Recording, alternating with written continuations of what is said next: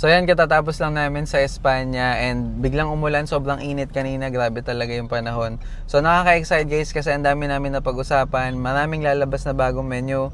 Tapos sobrang excited din ng franchisee namin at saka yung mga staff niya kasi basta marami talaga kaming naging plano doon sa Espanya. Kaya kung malapit kayo doon, bumisita kayo kasi ang ganda din talaga ng store nila. Tapos ngayon papunta kami sa Uptown Mall sa BGC kasi imimit naman namin doon yung franchisee namin sa CHN Cafe Makati branch.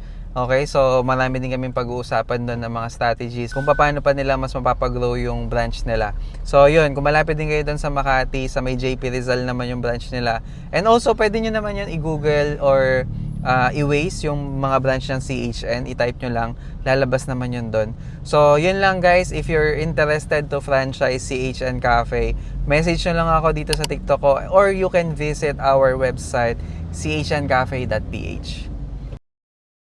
Dito kami magbi-meeting sa Din Tai Fung kasama yung franchisee namin sa CHN Makati kasi magla-lunch na rin kami. And then 1 year na rin nga pala yung CHN store nila. And today mag-strategize kami on how to handle their finances and also on how to increase their sales din. Naghahanap na rin sila ng second location para sa next CHN branch nila. So pwede nyo i-comment dyan kung saan nyo gustong magkaroon ng next CHN Cafe sa Manila. In-explain na din ni Chin yung mga strategies sa kanila and very eager din sila talaga matuto. After na meeting, pumasyal na rin kami sa Uptown Mall dahil medyo maaga pa naman para masulit din yung luwas namin since galing pa kami ng Bataan.